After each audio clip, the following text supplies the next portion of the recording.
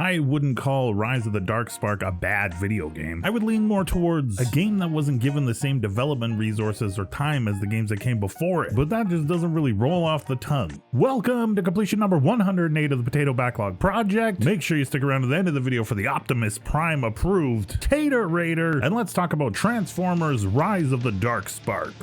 Released 10 years ago in 2014, Rise of the Darkspark is a third-person shooter-style game meant to close out a trilogy of Transformers games. And it also kind of works as a tie-in to the movie world. At least that's what I read after I completed it. I had played its predecessors War and Fall of Cybertron back in the day, but I don't really remember them. So we'll just focus more on my Rise of the Darkspark experience, rather than trying to compare this game to those games. Development was given to a different studio this go-around, and as such, we end up with a game that doesn't quite equal the sum of its parts. There is a multiplayer mode that, being an older game, I was unable to test and experience. It looks like a 4-player horde mode. There are a ton of different Transformers you can use, as well as customizable loadouts with items that can all be unlocked through earning gearboxes. The gearboxes are basically loot boxes. You gain them by leveling up and completing challenges in the story campaign missions. These are trash. Video game publishers were all in on these ideas and concepts 10 years ago as we transitioned into microtransaction hell. Here we have boxes that constantly give you duplicates. The duplicates are converted into useless things that have no effect on your gameplay experience. These are designed to make you feel excited and give you a little dopamine hit when you open them. But I'm a wily old gaming vet, so all they did was piss me off. Did I open them all to see what I got? Of course I did. What do you think? I'm some kind of monster? The story of the single player campaign was actually pretty cool. The voice acting was great, music and sound design were all fine, but there was no separate Autobot and Decepticon campaigns to play through. They combined everything into one campaign and had you switching back and forth until about the 8th or 9th mission, which then had you using the Autobots all the way through to the end. It does feel like they had a much larger story to tell. There's a weird jump all of a sudden after you defeat Megatron and Lockdown shows up. It's just a weird shift that feels like an entire chunk of info was left out somewhere. Maybe the original plan was to have 2 separate campaigns and have them converge up to the moment that Lockdown shows up. For me, this would have made sense and probably would have made for a more cohesive story. You would just get rolling as an Autobot or Decepticon only to have the next mission switch you, sometimes in strange places or at strange times, and it just kind of took you out of everything that was happening or what you had just done. The third-person shooter gunplay ended up feeling pretty standard, maybe a little substandard. It was playable, we're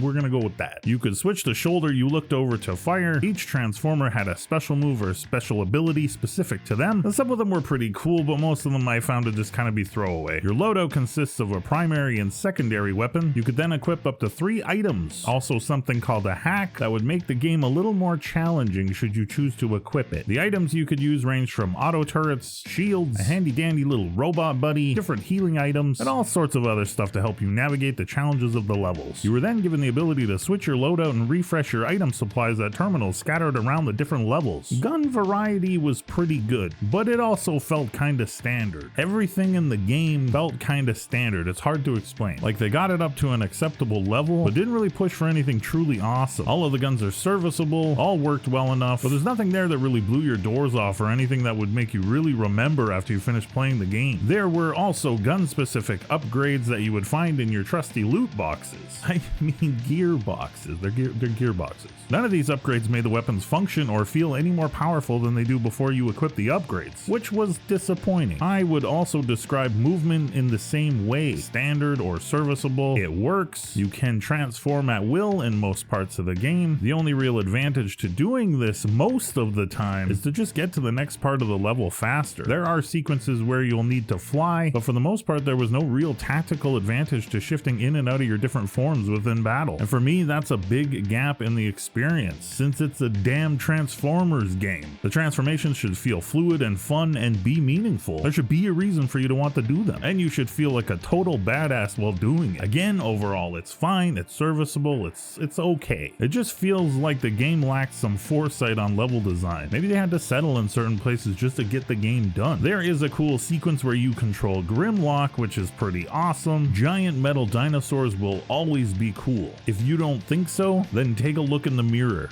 because you're wrong. Seek help. I actually grew up watching the old 80s Transformers cartoons, Generation 1 as it's now known. I have many fond memories of the franchise. I even kind of enjoyed the first 2 Michael Bay movies. Blasphemy, I know. Though I do admit I couldn't bring myself to watch any of them after Dark of the Moon. Back in the day on the big screen, the first 2 were fun for me though. Transformers seems like the easiest franchise you could develop a video game for. Everything you need is there in regards to characters, abilities, settings, story elements. It feels like they had to try hard to make something like Darkspark. Just under par, just okay. A game that works for the most part, but it's not really great. It's not bad, but I don't know if you would really call it good either.